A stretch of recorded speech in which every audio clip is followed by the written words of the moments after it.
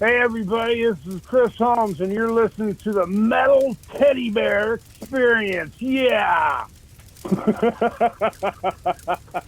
the Metal Teddy Bear Experience. that is, that's the coolest name I've ever heard. I Come like that. and welcome back to the Metal Teddy Bear Experience here on 90.3 WMSC over Montclair. This is your host, Chris, and we have a very special guest on the line. You might know him from his time in WASP or even from his solo career. We have the guitarist, Chris Holmes. What's up, man? How you doing today? Great, man. How you doing? Pretty good. Chugged a lot of coffee, and I get to talk to you, and I got to say it's probably a really good Tuesday right now. All right. Where are you calling in from right now? From the south of France. You know where the Cannes Film Festival is? Oh, yeah. That's where you're calling in? Yeah, I live about 3 miles from that building where they have it. Awesome. Okay, cool. I don't think I've had anyone call in from France before, so this might be my first. So this is cool. And now I get to talk to you about your brand new documentary, Mean Man, the story of Chris Holmes. It dropped January 15th. How excited are you for this documentary? It's good. I am excited because I haven't been able to play for like 10 months and probably won't be able to play for 10 months from now. So it kind of keeps me in the loop, you know. And I'm proud. WASP has never had a documentary come out yet, so it's the first thing from somebody from WASP or whatever come out. I am kind of excited over it. Yeah, I was actually really curious about this documentary when I heard about it because, you know, like you said, you were kind of you weren't able to play shows for a while, and then you see all like headlines from like, you know, every member of WASP and everything like that, and I was like, and like you said, there was never a documentary about WASP, and now we actually got to see, you know, a whole like hour and 15 minutes or hour 30, you know, about your life and your story. So was there ever a time where you were like hesitant about making this documentary? No. After the decline of Western civilization, I ain't hesitant of nothing. I don't really care. Nothing could make me look bad compared to that. You know what I mean? Yeah, no, I hear you. It's funny too because like when you're in a documentary like that, you're kind of vulnerable, and people don't like feeling that way. But for you, you're just like, I don't care. No, I don't care. You know, I am what I am, and that's the way it is. If people don't like it, they don't. If they do, they do. I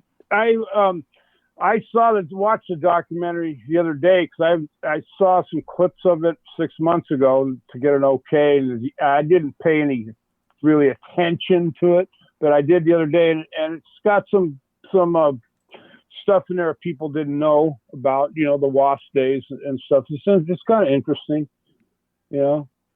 I think it was, and you had a lot of people that were prominent in the you know, the industry, in the metal scene, all over. You had a lot of people, you know, guest on, and I think that was really cool. Like you had Scott Ian from Anthrax, that was awesome. Yeah. So were there any other people that you guys interviewed or asked questions to that just didn't make the cut? You'd have no. That's about most of the people made it in there. That Antoine, the producer of it, that he did. For 2 years ago, he decided to go to America and film some of the roadies from WASP, my mom, my sister, and all the other people in there. I didn't go with him to film it. I was still here in Europe. So It's basically what he put in, you know. So how long did it take to actually record and finish the documentary? We started it about 6 years ago when I first moved here. And I had met Antoine, the producer, at a concert called Hellfest that happens in France. And he said he had a video company, blah, blah, blah. And he came to Cannes and we filmed a video called Let It Roar for me when my second solo career album came out, or whatever, the second album. And on the first show I did, which is in the documentary, but I don't think it says this is the first show. Yeah, I do. I say this is the first time I'm going to sing in the documentary. He filmed that, and then he filmed another show live, and then is when we decided to put the documentary together. You know, it's kind of fun going around and having somebody with a camera watching everything you do. Yeah, I was gonna say I feel like it would be fun, and then sometimes it's like, all right, just stop rolling. I don't want my video taken right now. Well, sometimes you got to act like he's not there. You know, there's some walking down the street filming in London, me running into some people. I knew who I was, talking to them. It's kind of neat, you know, filming that stuff. You know, well, I like looking at it because I liked watching it the other night because it kind of brought back memories of some of the shows I'd gotten, the places I was able to go see and do. You know. Well, something I took away from the film, the documentary, was that you're very, very kind to your fans, and that you always like make time for them, which is really cool because not a lot of bands or members can actually do that, or actually want to do that. But like I saw you, like you said, you were taking time with your fans, talking to them. Like you signed that guy's vinyl. Like that guy had like almost every vinyl or CD collection of all your stuff. Yeah, and you sign them. Yeah, I'll sit and sign as much stuff. You know, I'm kind of like a fan myself. You know, and I think it's really crappy when entertainers do shows and they just walk past their fans and don't want to. I think it's because they don't want the people to really see the real person who they are. You know, it never bothered me. You know, because when I'm off stage or on stage, I'm the same person. I don't change, never have. Yeah, I took that away from your documentary too, where you said like certain members would like change into like a persona or whatever, but you were always Chris Holmes, which is really cool. Yeah, it's probably I think you could boil it down to me being born and raised and brought up in California, Southern California. You know. So what was one of the major things after putting out this documentary? What did you want fans, reviews to take away from it? I hope it answers some of the questions that they've had, you know, seeing me over the last 30 years, wondering certain things or what, you know, it shows the struggles of still playing music, you know, of what I do today, how it's changed for me today playing versus how it was in the 80s. It shows I think I talk a little bit about my publishing, what happened about that. I hope some younger guitar players watch it and learn what to do, what not to do. Yeah, no, that's a common thing I always hear about, is the publishing and the rights to your music, like owning your own music. It's like a huge thing because there's still bands nowadays that get taken advantage of in that aspect. Yeah, I hope younger people look out for what they could be taken for. You know, it's a different era though. You know, you don't sell records and have a big label behind you and all that crap now. It's, you know, everything's downloads and stuff like that on the internet. So it's still kind of a new market, you know, nowadays. Well, speaking about a new market and everything, that you're coming out with a brand new album in 2021, correct?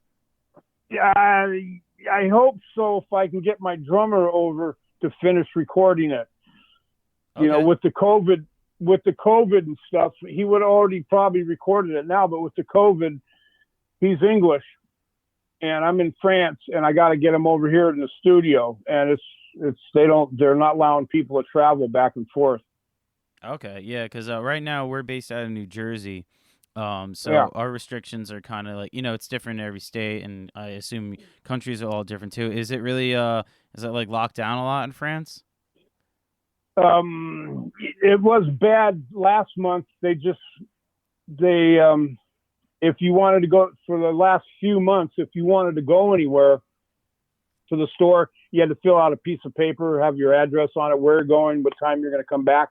And if you were out, like if you went to the store and you didn't have that, you'd get a big fine. Wow. So yeah. Well, hey man, it's not funny. Look at America, just hit 400,000 deaths. Yeah. You know, and a lot of it's versus here, what they tell you on the TV and stuff, they tell you the truth. in America, there's been a lot of misconceptions about wearing a mask and stuff. It's sad, you know. I mean, I can't believe how bad the COVID is there.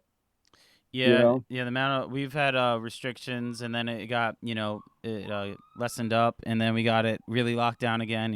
It's been back and forth. Yeah, it's the misinformation. It's sad that what's happened to a lot of people. Hopefully, tomorrow there'll be a new, you know, Biden will help people believe in to wear a mask, you know, and not get sick. It's sad. I hear that. So what? It's sad. So right now you said you had the drums left to record, but everything else is done and ready. All the songs are written and everything. It's I personally I like the drums programmed with the computer because you can take one hit and program them in and do them yourself. I like that better, but my wife she wants this record to be with a drummer playing with acoustic drums and everything like that. So I promised her I would. And we did a EP last year that's part of this record. It's an EP's extended play. It's only 4 songs. And then you do an LP, which is a long play. So the EP is an extension from the LP. I only got 6 more songs to finish. And the COVID hit, and we couldn't finish it.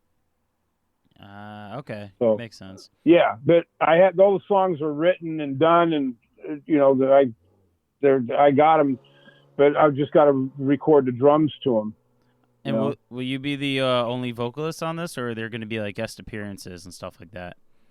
For right now, I've been the only one, but I got some members of guys in Mean Man in England that I would like to. What it is, my touring band, I got a young kid named Ollie that sings all the WASP songs when we play. Because if I sang them, I'd be crucified by people. It'd be stupid. People would be screaming at me. And he's got a voice. It's not like Blackie's, but it's a real strong voice, and it fits great. So, but I want him to come in and sing a few songs on the album. But we got COVID and the restrictions of him getting here to do that, you know? Yeah, no, I got you. So the new album, sorry, you were saying? Oh, I did have all members in my band that were here in Nice, but, you know, you tour with people and they want to do their own thing and you want to do your thing and they go their way. And that's just what's happened. So now I got English people in the band. People from England, English people, Gotcha. People that speak English instead of French. Well, there was I saw like you had your own solo career, your solo projects going, and that was just Chris Holmes. And then I saw you had Mean Man, the project. So this new album, what will it be under? Just Chris Holmes, or is it going to be under Mean Man? It'll be under me. It'll be under the Mean Man, and it'll be members all different. It won't be just me playing. It'll be all different members. Okay, the members from Mean Man. Yeah. Awesome. Okay, well, I can't wait to hear. Hopefully, it comes out soon. Hopefully, you know, somehow you get the drummer over, and it'll be a great time because it's definitely something I would like to hear, and fans want to hear too. New music. Yeah, it'll be called Unbearable Influence. Oh, okay, awesome. That's a cool title. Well, the EP is called Under the Influence. There's a song on there called Under the Influence. It's obviously it's an easy song to figure out what it's about. But I was playing a show in Nice, and this guy we were sound checking. He had his hand over his ears. I don't know if the PA guy had my guitar up loud. It was weird. It was funny. And he goes, man, you're unbearable. And that's when I went, man, I'm an unbearable influence. I just remembered that. So I wrote a song about it. And I'm sure you've seen the decline. Have you ever seen the movie The Decline of Western Civilization? No, actually, I have not. Oh, well, that's good. Good. Well, I'm in the movie being a drunk idiot in a pool drinking vodka. And a lot of people look up to that. And I just look at it as an unbearable influence. Okay. All right. Yeah. Yeah, that was in the documentary, right? I don't know if I talked very much about it in the documentary. I don't think I do. It was a movie that came out in about 1988 called The Decline of Western Civilization. I'm gonna have to put it on my list to watch. Oh God, it's embarrassing. Well, It's embarrassing for me. I noticed you've been putting out music videos too. Are you going to be putting out a music video with this the LP? Yeah. I just did one called "The Devil Made Me Do It." Yeah, I saw that. And that was from the EP, correct? Right? Yeah, that's from the EP. Yeah. Well, time off has given you time to work on music videos, right? Yeah, work on music. Yeah, it has. Okay, cool. Well, anything else that you want to mention to the fans? Anything you want them to look forward to?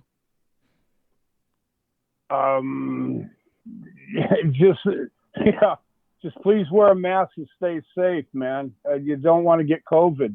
You know, you don't know if you're going to just pass right through your body or end up on a ventilator. They don't know, and it's sad.